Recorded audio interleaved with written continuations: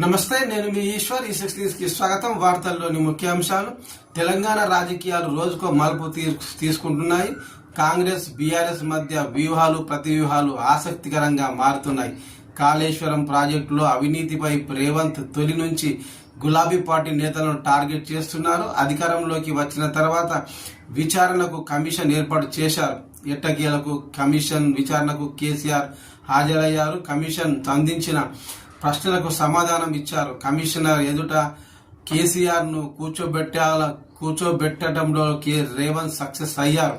అయితే ఇప్పుడు కేసీఆర్ వ్యవహారంతో ఏం జరుగుతుందనేది కీలకంగా మారుతుంది. అయితే కేసీఆర్ మాత్రం ప్రాజెక్టుకు సంబంధించిన ప్రతి నిర్ణయం కేబినెట్ ఆమోదంతో జరిగిందని కేసీఆర్ వివరణ ఇచ్చినట్లు తెలుస్తోంది. కేబినెట్ ఆమోదంతోనే ప్రభుత్వం అన్ని నిర్ణయాలు తీసుకున్నదని కేసీఆర్ అన్నారు. స్థల మార్పు, నీటి లభ్యత, కాళేశ్వరం నిర్మాణంపై వ్యాక్పోస్ నివేదిక ఇచ్చిందని కమిషన్ కు వివరించినట్లు సమాచారం.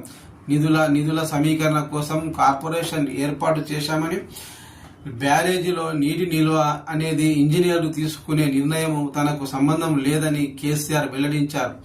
ప్రాజెక్టు లొకేషన్ ఎందుకు మార్చాల్సి వచ్చిందో కేసీఆర్ సుదీర్ఘంగా వివరించినట్టు సమాచారం.